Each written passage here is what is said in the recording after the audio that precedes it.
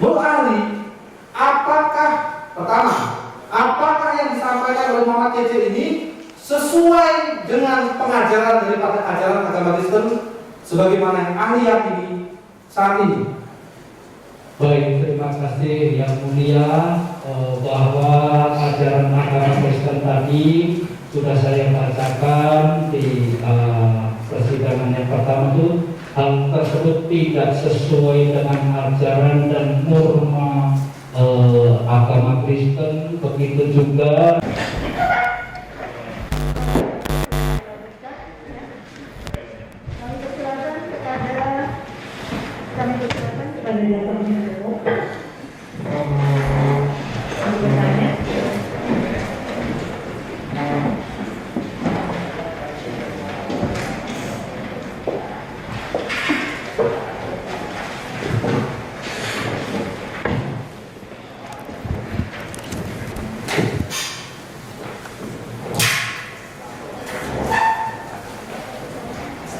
Terima kasih Majelis Hakim untuk memberikan kesempatan untuk menanyakan beberapa pertanyaan.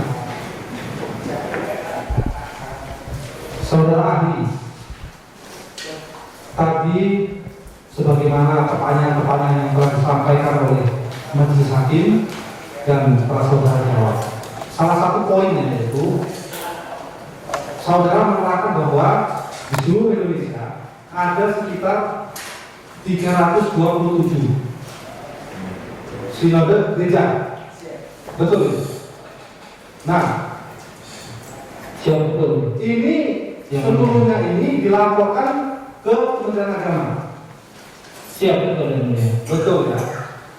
Untuk pembinaan terhadap sinode-sinode ini, itu siapa yang melakukan? Siap Yang Mulia, saya jelaskan. Yang membina dari 327 sinode gereja itu adalah dari Direktorat Jenderal Bimas Kristen Kementerian Agama Republik Indonesia. Yang Mulia, Poin-poin pembinaannya apa saja, saudara ahli? siap Yang Mulia, pembinaan dari Dijen Bimas Kristen itu mohon izin sebelum COVID ini kita sering mengadakan pertemuan konsultasi dengan pimpinan sinode gereja. Poinnya itu tentang terutama juga sesuai dengan ajaran Kristen, tentang kerukunan, tentang kasih, tentang toleransi antar umat beragama, umat beragama, dan juga senantiasa memperdomani Pancasila, Undang-Undang Dasar 45, dan juga NKRI seperti itu Yang Mulia. Baik, kalau saya hitung misalnya sangat banyak ya sinode gereja ini, sebenarnya untuk menyatukan, ini kan dalam konteks pembinaan, untuk menyatukan persepsi di antara sinode-sinode sendiri. Kalau dalam Islam kan istilah ada fatwa, ketika ada permasalahan-permasalahan yang timbul, itu ada fatwa dari ulama. Nah, kalau di dalam kekristenan sendiri, dalam konteks pembinaan, ketika ada permasalahan-permasalahan yang terjadi antara beberapa sinode-sinode itu sendiri, apakah ada kesatuan untuk menerbitkan suatu fatwa sendiri seperti itu? Ada tidak kalau di dalam kekristenan?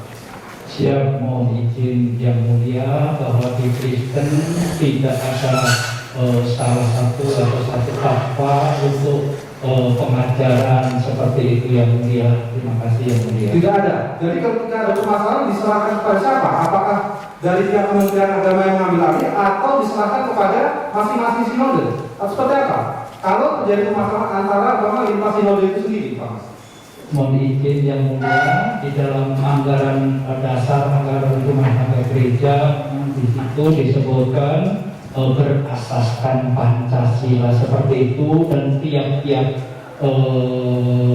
denominasi gereja itu jikalau ada permasalahan, yang pertama itu diselesaikan secara internal gereja tersebut, tetapi juga bisa kalau memang tidak ada titik temu, bisa juga diselesaikan mediasi melalui Direktorat Jenderal Bimas Kristen Kementerian Agama Republik Indonesia. Yang Mulia. Baik, berarti dari beberapa dilakukan dengan mediasi dari Direktorat Jenderal Bimas ya.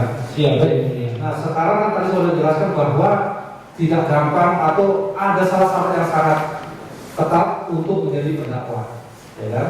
Nah, untuk pendakwa sendiri, apakah ini yang didaftarkan ke untuk pendakwa sendiri itu bentuknya apa? Apakah ada surat keputusan untuk menetapkan pendakwa-pendakwa yang ada di dalam naungan gereja itu sendiri, Pak? Kalau ada surat keputusan itu siapa yang menerbitkan, Pak? Baik, terima kasih Yang Mulia, bahwa tiap-tiap sinode gereja itu mempunyai aturan masing-masing, dan yang menetapkan semua itu adalah gereja masing-masing, Yang Mulia.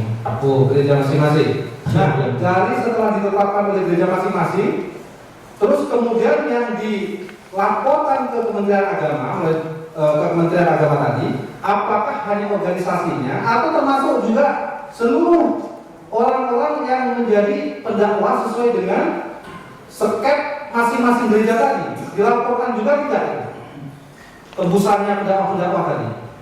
Mohon izin Yang Mulia, jadi di sinodenya itu punya namanya almanah atau direktori, Yang Mulia. Jadi beberapa gereja-gereja di seluruh Indonesia itu pada umumnya dilaporkan ke Dijen Bimas Kristen seperti itu, Yang Mulia. Tapi belum semua melaporkan, Yang Mulia. Belum semua melaporkan. Berarti pendakwa-pendakwanya diteruskan ya laporannya ya?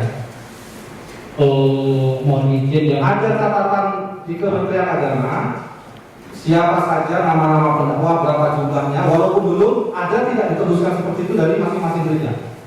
Mohon izin Yang Mulia, jadi di sinode gereja itu pada umumnya bukan pendakwa tetapi pendeta atau guru Injil seperti itu, sesuai dengan anggaran dasar, anggaran rumah tangga gereja masing-masing, Yang Mulia.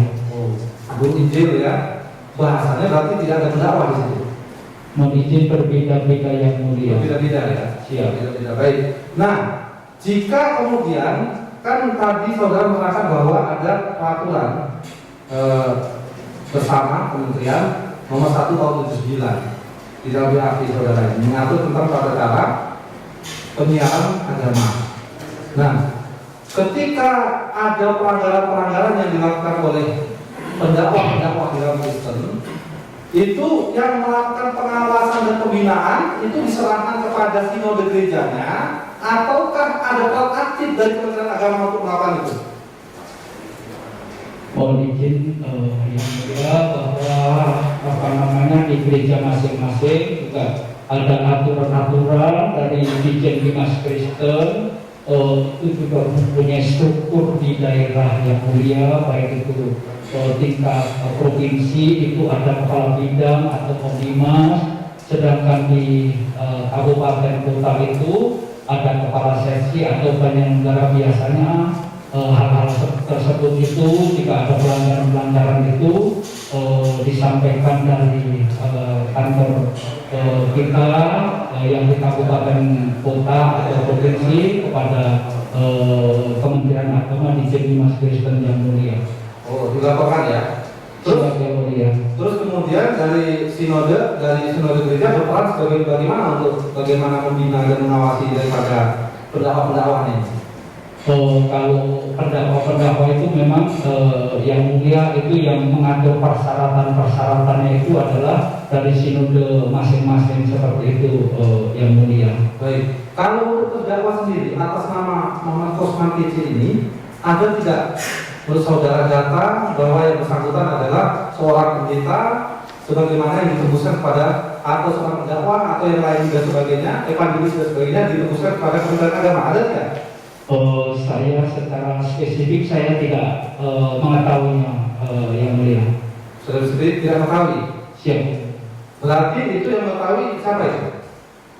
Itu di gerejanya, dan juga saya tidak tahu persis. Hal seperti itu sudah disampaikan ke Dijen Bimas Kristen atau belum, Yang Mulia. Baik, dua penegasan dari saya JPU. Pertama, tadi saudara ahli telah diperlihatkan video, ada 7 video. Siap, Yang Mulia. Telah diperlihatkan di persidangan. Nah, saya ambil kesimpulan dalam video itu ada ucapan-ucapan terdakwa, salah satunya itu adalah melakukan pengubahan terhadap kelaziman yang ada di dalam berlaku di dalam keyakinan umat Islam. Contohnya umpama ucapan basmalah dirubah menjadi Bismillah Bismi Yesus. Ucapan hamdalah dirubah menjadi Alhamdulillah Alhamdulillah Yesus. Terus ucapan salam yang juga merupakan rukun sholat di dalam Islam itu juga dirubah menjadi Assalamualaikum warahmatullahi Yesus. Ada pengubahan, ya, ajaran yang menjadi kewajiban dalam ajaran Islam. Yang kedua, juga ada ucapan-ucapan. Ini tergantung ahli bagaimana nanti pendapatnya. Ada ucapan-ucapan, umpama dikatakan bahwa siapa yang membunuh, siapa yang perang Badar, Muhammad bin Abdullah adalah pemimpin perang Badar dan perang Uhud. Membunuh jelas ya, pembunuh adalah iblis. Ya, itu. Terus tidak ada ayatnya Muhammad akan menyelamatkan umatnya. Terus ada lagi kalimat tadi, pengajaran yang dibawa oleh Muhammad itu adalah pengajaran jin. Nah, dari dua hal itu tadi, saya ingin tegaskan lagi kepada ahli, sesuai dengan pengetahuan ahli. Menurut ahli, apakah yang disampaikan oleh Muhammad Cece ini sesuai dengan pengajaran daripada ajaran agama Kristen sebagaimana yang ahli yakini saat ini? Baik, terima kasih yang mulia, bahwa ajaran agama Kristen tadi sudah saya bacakan di persidangan yang pertama itu. Hal tersebut tidak sesuai dengan ajaran dan norma agama Kristen. Begitu juga di dalam seruan Menteri Agama Republik Indonesia, khususnya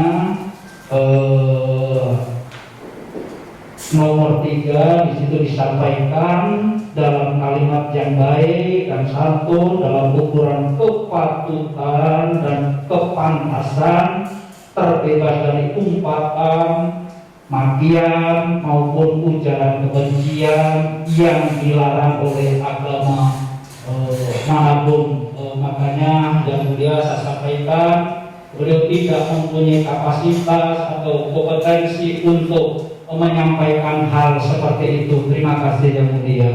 Tidak boleh menyampaikan karena memasuk kepada unsur-unsur yang dilarang tadi. Siap, betul. Baik, secara saya tanyakan pertanyaan kedua pada ahli. Jika itu kemudian dibiarkan, apakah merupakan ahli karena ahli adalah mewakili negara? Apakah perkataan terdakwa ini akan merusak persatuan dan kesatuan dan kerukunan antar umat beragama di Indonesia? Baik, terima kasih yang mulia bahwa hal tersebut bisa sudah ditanyakan ya. Baik, penegasan aja, penegasan Majelis Hakim, penegasan kembali. Ia bisa membawa ketidakkerukunan antar umat agama maupun inter umat beragama yang mulia. Terima kasih Majelis Hakim. Mohon izin lanjutkan Majelis Hakim mulia. Saudara ahli ya. Siap, Saudara ahli, pada saat di BAP oleh penyidik itu keterangannya itu sudah benar ya, tidak ada yang ditarik kembali persidangan ini. Siap yang mulia. Sesuai ya dengan yang Sesuai ya. Izin majelis, kami mungkin penegasan ini. Ada dua poin yang ingin saya tanyakan sebenarnya. Dari 7 video tadi mungkin sudah ditanyakan oleh Mas Hakim, tapi kami belum menangkap poinnya, maka ini kami jelasin lagi bagaimana pendapat ini. Dari 7 poin video yang ditayangkan tadi, yang diberikan kepada ahli selaku merupakan ahli dari agama Kristen, yang disampaikan terdakwa dalam videonya yang menyangkut agama Kristen, yang kami lihat cuma 2. Kebanyakan itu membahas mengenai ajaran agama Islam. Yang pertama yaitu ucapan salam tadi, salam dan syukur yang ditambah, yang dipelintir dengan menambahkan Yesus dalamnya. Yang kedua adalah kalau masalah salam syukur tadi sudah dijelaskan, jelas jawabannya. Yang kedua adalah masalah evangelis.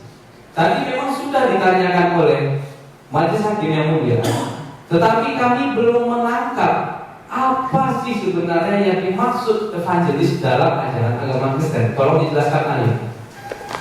Baik, terima kasih yang mulia. Memang di dalam tata gereja masing-masing tentang pengerja, tentang struktur pelayanan berbeda-beda. Ada yang pendeta, ada baik, terima kasih yang mulia. Jadi memang berbeda-beda di dalam struktur pengerja atau pelayan di tiap-tiap gereja yang berbeda-beda. Ada yang pertama itu namanya pendeta atau kepala sidang, ada juga di bawahnya itu penginjil atau guru injil, ada yang evangelis yang berbeda-beda. Dan hal seperti itu menurut anggaran dasar rumah tangga gereja masing-masing yang mulia. Berarti dari pendapat ahli barusan, evangelis ini sama artinya dengan pendeta, bisa disamakan begitu? Evangelis itu adalah penginjil yang mulia. Penginjil, penginjil ini artinya pendeta, pendakwah, atau bagaimana? Karena kalau setahu kami, pendeta ini kan ada tingkatannya, ada pendeta muda, ada yang paling tinggi itu kepala. Ini bagaimana? Evangelis itu posisinya di mana nih, Ali? Mohon izin yang mulia, di dalam gereja ada juga namanya pendeta muda, ada juga namanya pendeta. Tapi ada juga tidak ada pendeta muda itu langsung pendeta. Ada juga sebelum jadi pendeta itu pertama adalah sebagai guru injil, setelah tes dan juga aturan gereja menjadi guru injil, setelah guru injil ditabiskan menjadi pendeta. Jadi berbeda-beda dan tugasnya juga kalau pendeta atau kepala sidang itu sudah mempunyai jemaat yang dilayani, tetapi ada juga yang menginjil ditempatkan di salah satu gereja, begitu evangelis ditempatkan di salah satu gereja. Memang untuk anggaran dasar anggaran rumah tangga disesuaikan dengan keperluan gereja masing-masing. Baik, ya. Baik, Ali. Artinya dari apa yang Ali sampaikan, evangelis ini merupakan nama penginjil yang ditetapkan oleh satu gereja tertentu. Pertanyaan saya, apakah evangelis ini itu diberikan gelarnya oleh gereja melalui surat keputusan atau bisa diri sendiri mengaku sebagai evangelis? Bagaimana? Mohon izin yang mulia, itu ditetapkan melalui pimpinan gereja atau sinode gereja yang mulia. Berarti harus ada surat ketetapan dulu baru bisa seseorang mengklaim dirinya sebagai seorang evangelis, begitu ada? Siap, benar yang mulia. Pertanyaan saya kedua, tadi dua pertanyaan.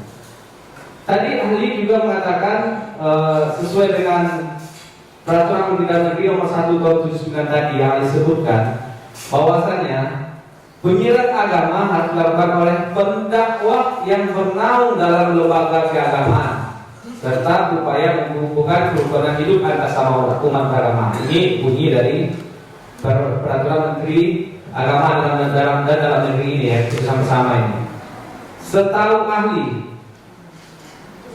terdakwa ini ada nggak lembaga keagamaan yang menaunginya? Setahu ahli, karena ahli dari Kementerian Agama, artinya tadi ahli menerima laporan dari masing-masing gereja dan masing-masing sinode. Setahu ahli, terdakwa ini terdaftar nggak di satu lembaga keagamaan sehingga dia bisa melakukan dakwah? Mohon izin yang mulia, saya tidak tahu yang mulia. Tidak tahu. Oke. Karena tadi saya pernah jelaskan yang mulia, yang merekapitulasi hal tersebut adalah di Direktorat Urusan Agama Kristen, sedangkan saya adalah di Direktorat Pendidikan Kristen. Seperti itu yang mulia. Secara detailnya saya tidak tahu rekapitulasi seperti itu yang mulia. Terima kasih. Oke, saya lanjutkan ya ahli. Kalau ahli tahu nggak ayat dalam Alkitab yang mengajarkan atau melarang kita untuk melakukan ejekan, hinaan atau olok-olok kepada orang lain atau sesama umat Kristen? Ada nggak? Mohon izin yang mulia tadi ya sudah ditanyakan. Iya mas. Apakah ketika atau ini menurut ahli dari 322 sinode itu adakah gereja Bethel Indonesia terdaftar di situ setelah? Siap, ada yang mulia. Nah, gereja Bethel Indonesia ini apakah satu atau setiap lokal-lokal itu terdaftar semua?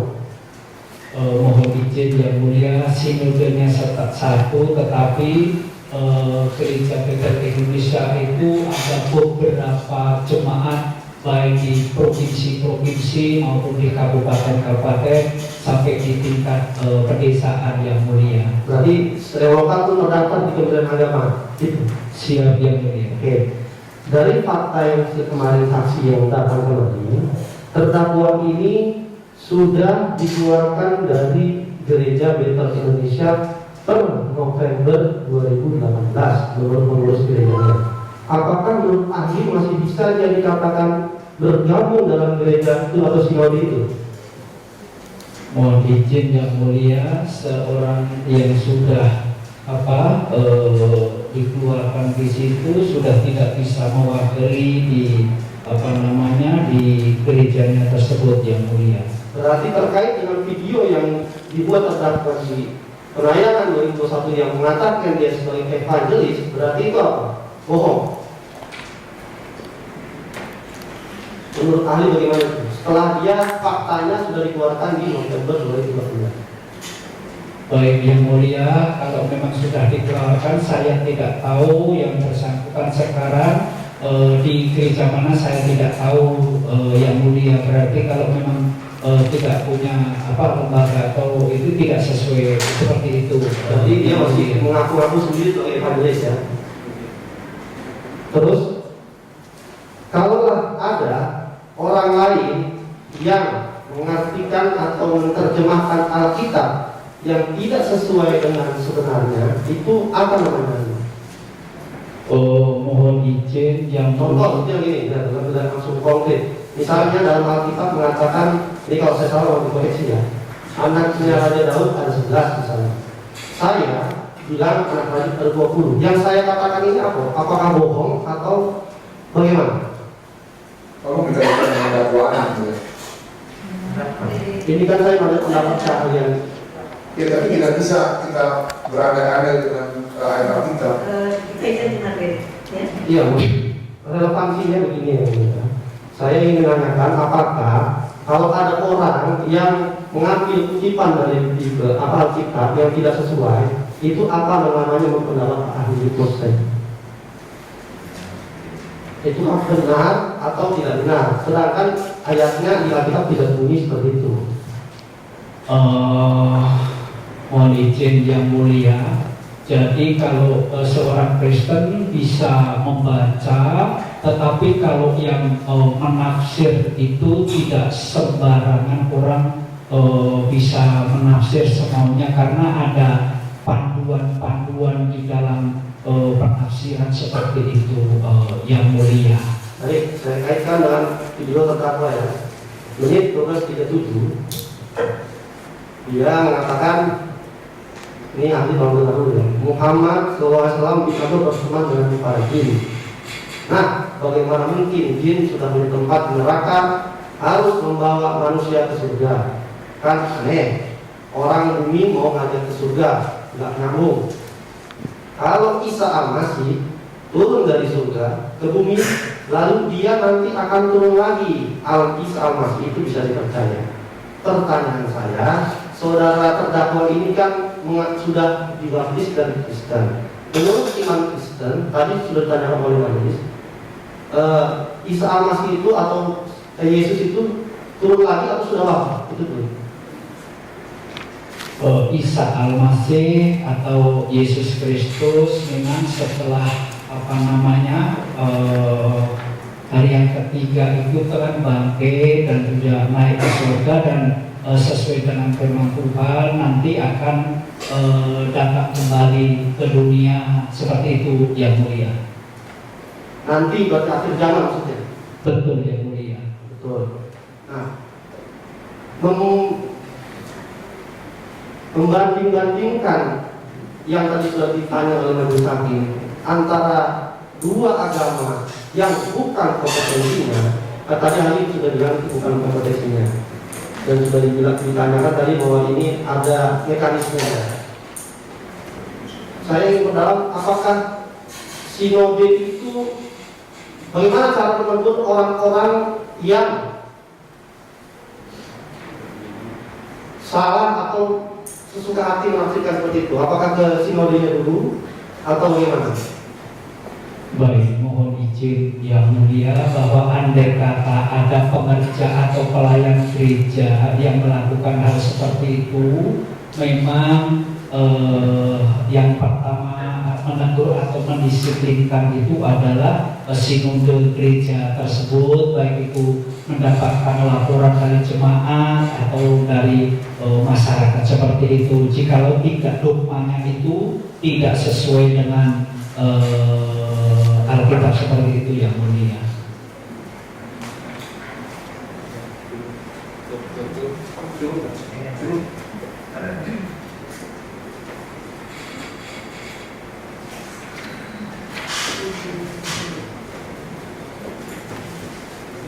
Untuk aku ya. Siap. Tadi kan dijelaskan mengenai salah satu pembahasan ya.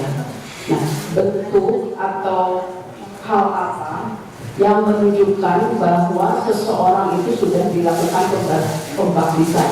Misal, apakah ada berupa sertifikat atau seperti apa yang menunjukkan seseorang sudah dilakukan pembaptisan? Baik, terima kasih yang mulia. Saya jelaskan bahwa itu terdapat di dalam Injil Matius. Di situ dikatakan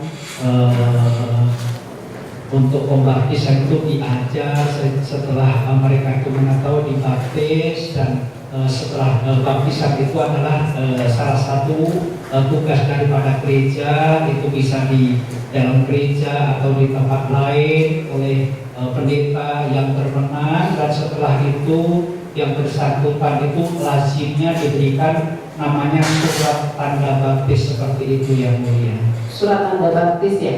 Ya, berarti dikeluarkan oleh gereja yang di tempat pendeta itu melakukan pembaptisan seperti itu. Betul ya. Nah, terus kemudian terkait mengenai kesaksian,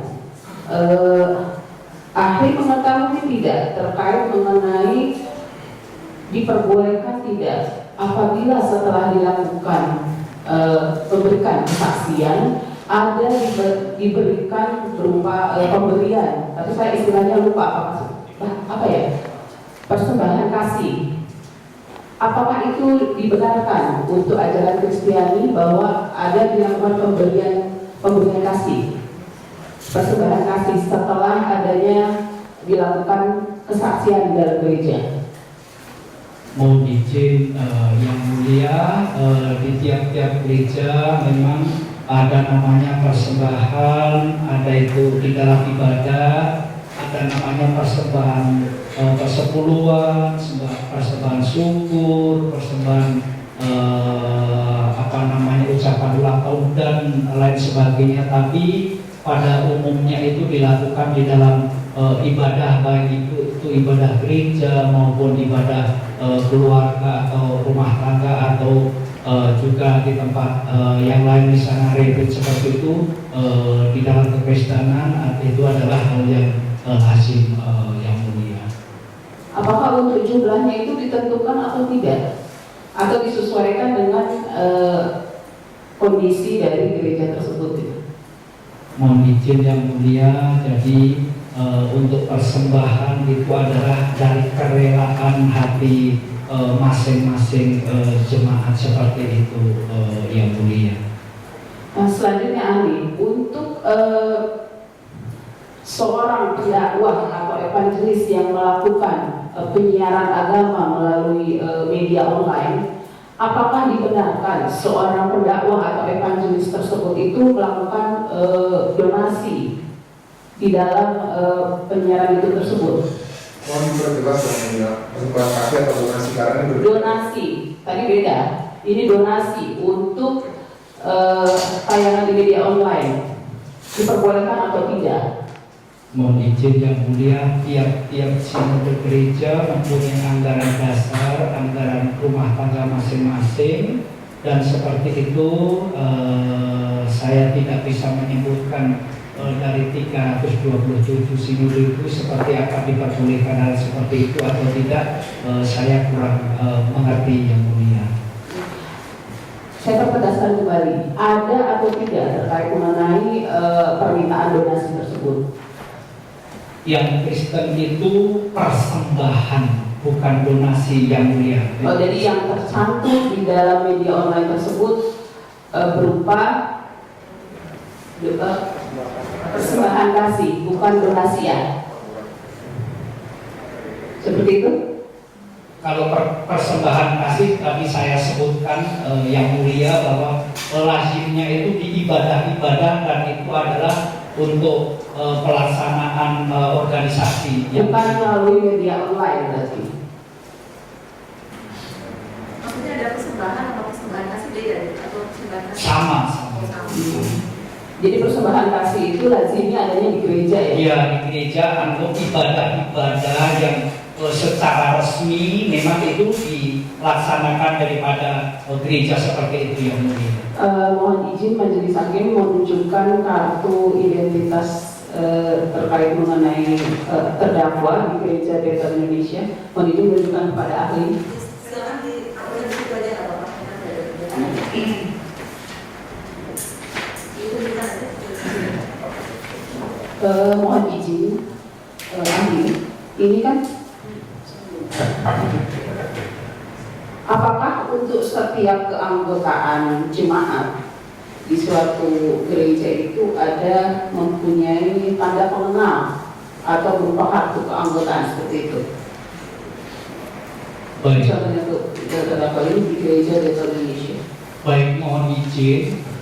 Lazimnya setiap anggota gereja itu memang didaftarkan di namanya stambuk gereja. Semua anggota, baik itu anggota anak-anak, anggota persiapan dan juga anggota jemaat secara penuh itu memang namanya terdaftar di tiap-tiap gereja masing-masing. Nah, begitu juga khususnya tentang keanggotaan yang seperti ini pada umumnya itu diperuntukkan oleh misalnya kepala sidang atau pendeta atau guru Injil atau penginjil atau evangelis seperti itu. Kalau anggota jemaat biasanya memang tiap-tiap keluarga itu namanya didaftarkan di tiap-tiap gereja seperti itu yang mulia.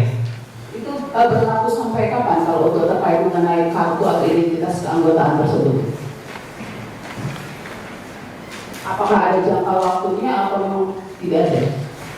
Saya kurang tahu persis tiap-tiap gereja itu seperti apa secara administrasinya, manajemen gereja saya kurang tahu. Makanya tadi saya sampaikan kalau anggota gereja makanya pindah dari gereja yang satu dengan gereja yang lain itu juga harus ada surat keterangan.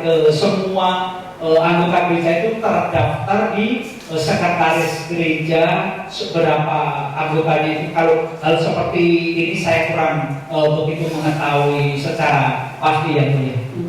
Selanjutnya ahli, untuk apabila seseorang di KTP-nya tercantum agamanya Islam, kemudian dia sudah dilakukan pembaptisan, apakah itu bisa dikategorikan sebagai agamanya yang sudah diyakininya itu baptisan yaitu Kristiani atau seperti apa? sudah ditanyakan. Tadi kalau sudah dibaptis sudah, ya Baik, tadi sudah ditanyakan ini. Terima kasih.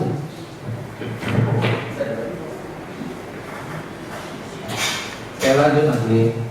Tadi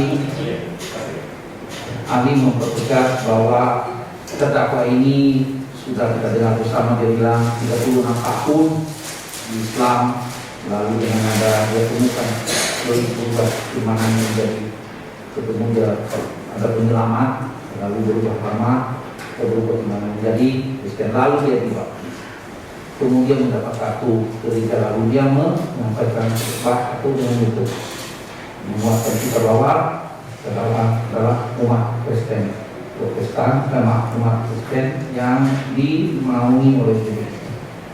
Tadi ahli mengatakan bahwa apa yang ditayangkan dari 7 video yang sama-sama kita lihat tadi itu bukan khotbah, juga bukan kesaksian, dan juga bukan evangelis, karena ada syarat menjadi evangelis. Lalu kesimpulan ahli menyampaikan bahwa itu hanya sebagai pribadi dari terdakwa, diyakini dengan tidak selarasnya dengan firman dan norma Tuhan sebagaimana dalam Yohanes 13 ayat 34 dan Keluaran 20:16. Tegas bahwa menyatakan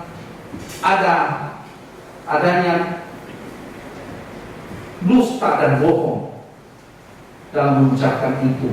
Tapi ada catatan di sini dalam dakwaan kami ahli. Dia menyebut membandingkan dengan Yohanes 8 ayat 44.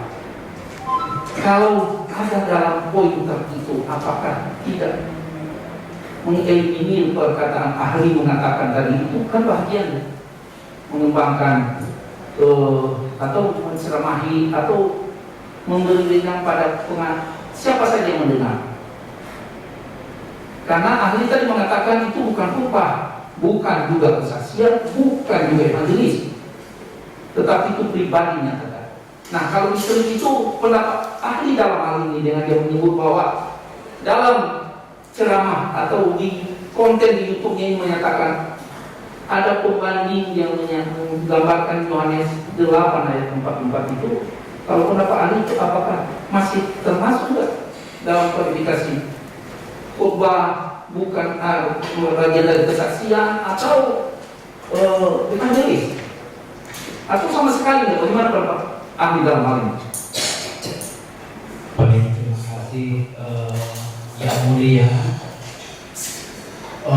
bahwa khotbah itu harus ada aturannya dari suatu lembaga.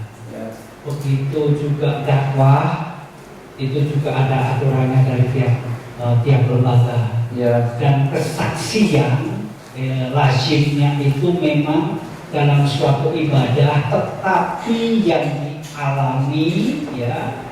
dialami dan itu supaya menguatkan iman siapa yang mendengarkan. Tidak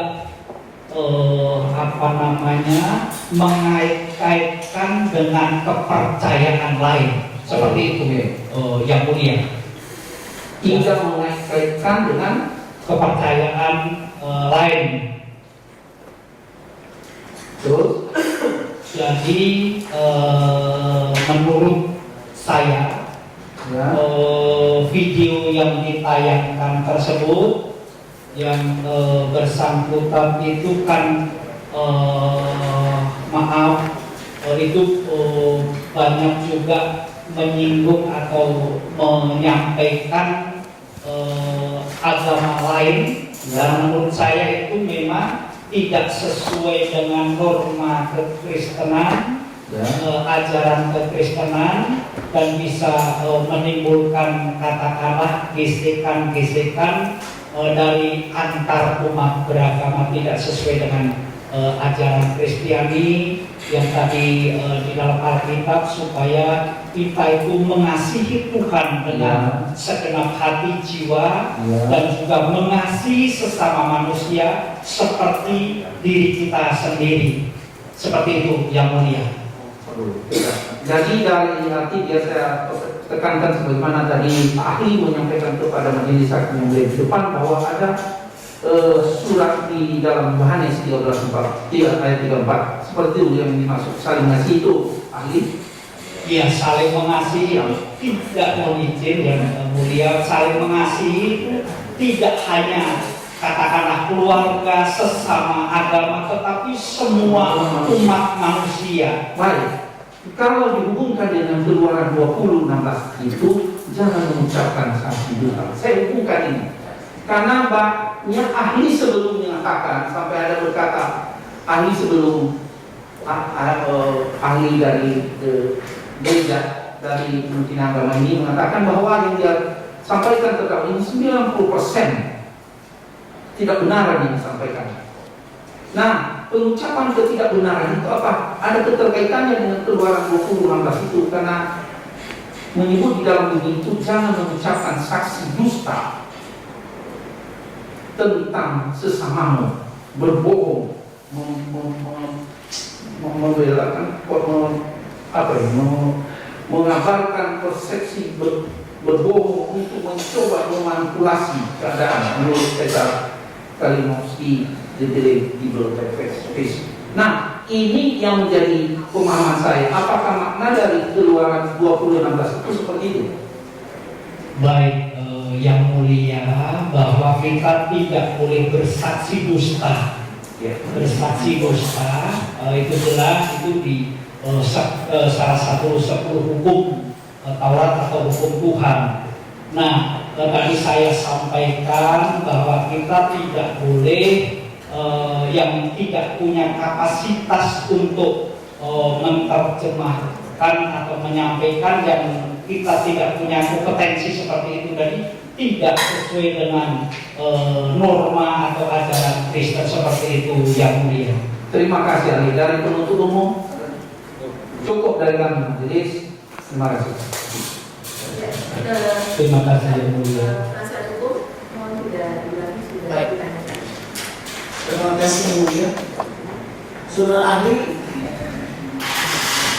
pendidikan terakhir doktor ya. Siap. Disertasinya tentang apa? Disertasi saya tentang apa namanya penelitian ketua dan rektor pendidikan agama Kristen disesuaikan dengan rekrutmen para dosen dan mahasiswa seperti itu yang mulia. Baik. Ketika ahli mengambil program S1, S2, S3, apakah belajar Kristologi dan Islamologi? Mohon izin yang mulia, S1 saya juga sarjana pendidikan agama Kristen, S2 saya MD dan juga magister manajemen, tetapi S3 saya adalah doktor. Saya ambil konsentrasi pendidikan agama Kristen. Pertanyaan saya, apakah belajar tentang Islamologi? S1 juga belajar tentang Islamologi. Baik. Bila demikian, bagaimana menurut ahli? Apakah Tuhan Yesus Kristus itu sama dengan Isa atau tidak? Yesus Kristus itu adalah Isa Al-Masih. Bisa disebutkan dasarnya? Al-Masih itu adalah yang dirapi dan dalam perjanjian lama khususnya dalam kitab kita itu disebutkan akan Mesias Al-Masih, dan di dalam perjanjian baru akan Yesus Kristus atau Isa Al-Masih.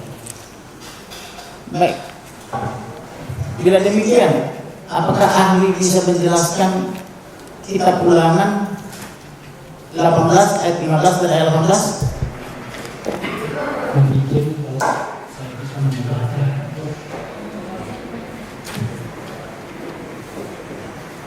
Ulangan 18 ayat 15 dan Ulangan 18 ayat 18. Ulangan 18 ayat 15. ayat 15 saya bacakan terlebih dahulu. Iya. Ayat 15 dulu. Siap. Saudara ahli. Ya. seorang nabi dari tengah-tengahmu, dari antara saudara-saudaramu, sama seperti aku, akan dibangkitkan bagimu oleh Tuhan Allahmu. Dialah yang harus kamu dengarkan. Baik. Apakah ahli bisa memahami nas Alkitab itu? Nas Alkitab ini adalah nubuatan tentang akan datangnya Mesias. Baik. Nubuatan tentang datangnya Mesias. Siapakah Mesias dimaksud? Apakah itu sama dengan Isa juga dan dengan Yesus juga? Ya, Mesias yang dimaksud di dalam perjanjian lama itu sama dengan Isa Al-Masih dan juga sama dengan Yesus Kristus. Baik, terima kasih Pak Ahli. Bila demikian tolong jelaskan juga Yesaya 9 ayat 5.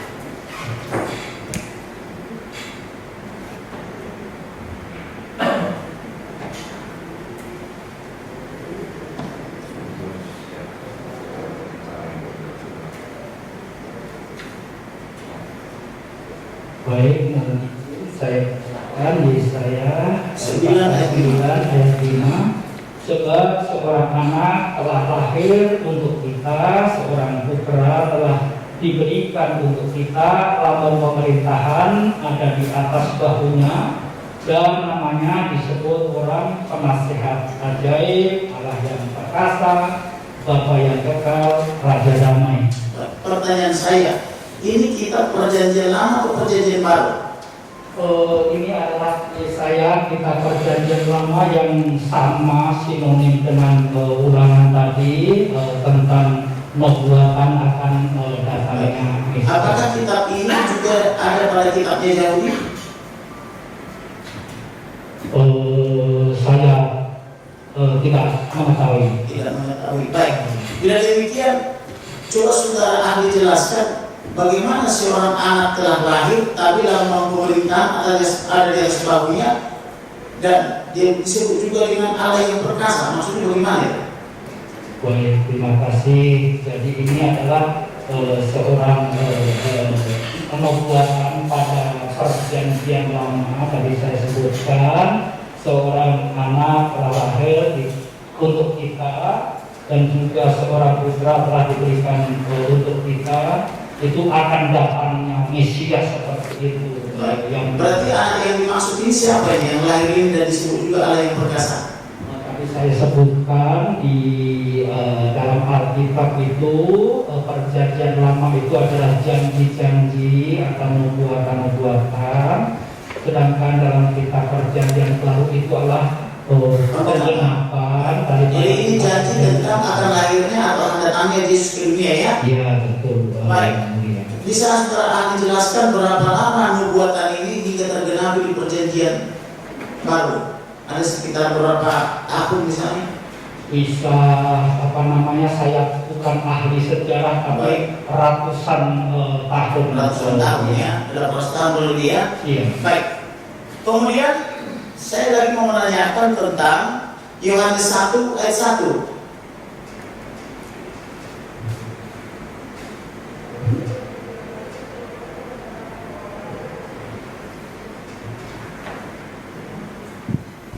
Saya bacakan. Siap. Baik, terima kasih yang mulia.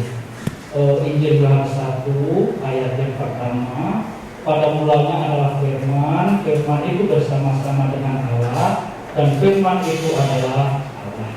Baik. Itu maksudnya apa saudara ahli? Sama dengan yang pertama. Kalau yang pertama itu kan nubuatan yang dari kitab Injil Yohanes itu adalah bahwa anak telah lahir, firman telah menjadi manusia. Apakah itu maksudnya juga bahwa Allah berfirman dan firman itu menjadi manusia, manusia dimaksud adalah Yesus Kristus? Betul. Betul ya. Baik. Kemudian tolong dibacakan